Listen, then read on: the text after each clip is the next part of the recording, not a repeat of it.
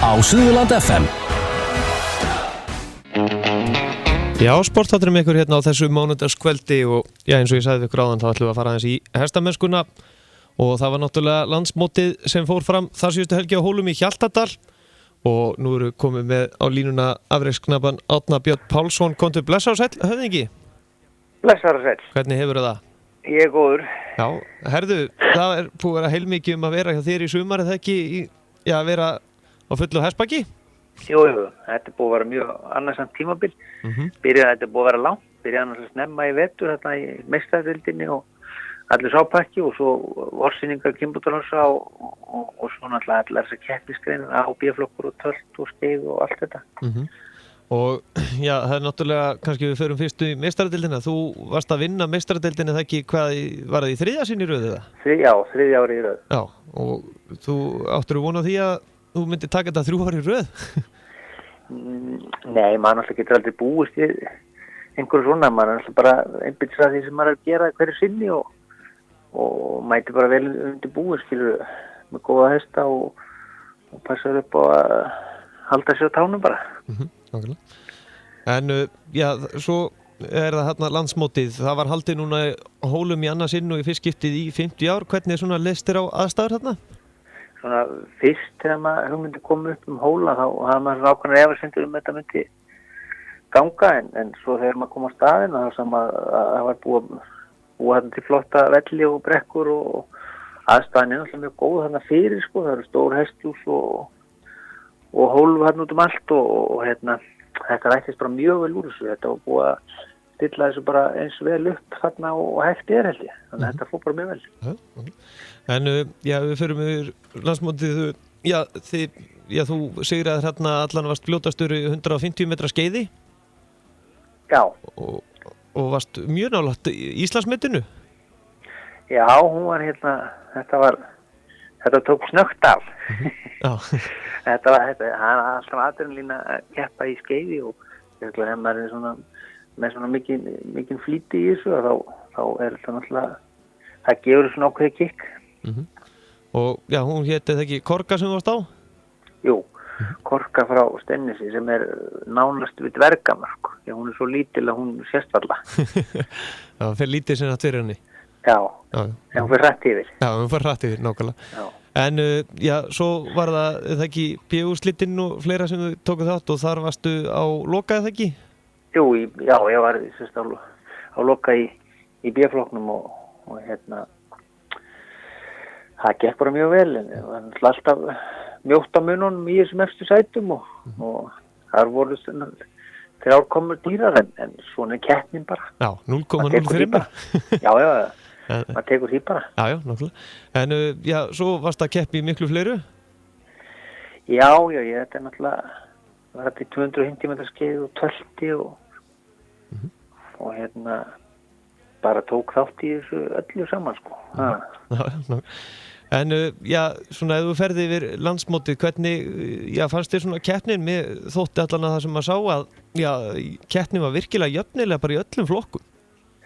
Jú, þetta er náttúrulega sko þölrindi knappar á öllum stigum sko, hvort sem eru ungir eða gamli sko, þetta er reynslu mikið fólk og hérna metnaður í þessum knappum öllum að standa sig og þetta er alltaf að verða stærra og meira og betra og fólk leita sér þekkingar við að vera betra og pælir í dítelum alveg út í eitt sko, þannig að þetta er allt miklu jafnara heldur en það var. En við gleymdum náttúrulega að ræða töltið þar sem að þú og Stormur náttúrulega sigruðu? Já, það var náttúrulega bara stórmagnað. Ég náði þess að verja titilin í töltunum frá síðasta móti 2014 og hérna þá erum við þess að ég er búin að vera Íslandsmeistari á honum í tölti 3 sinnum og landsmótsmeistari núna þá 2. Þannig að hann er áorðið alveg einstakann feril og við saman að gaman að fá að taka þátt í þessu með honum. En já, svona fyrir þig sem knappa rættum, það er nóg að snúast eða ekki, ertu í hesthúsinu bara alveg frá morgna til kvölds? Já, þetta þetta náttúrulega lífstíll að vera í þessu að því að þetta náttúrulega sko áhugamál og vinna, þannig að það svona erfitt að draga einhverja línu skilur að maður sé bara komin í sko sparifötin setjum bara dags og slagi á sko.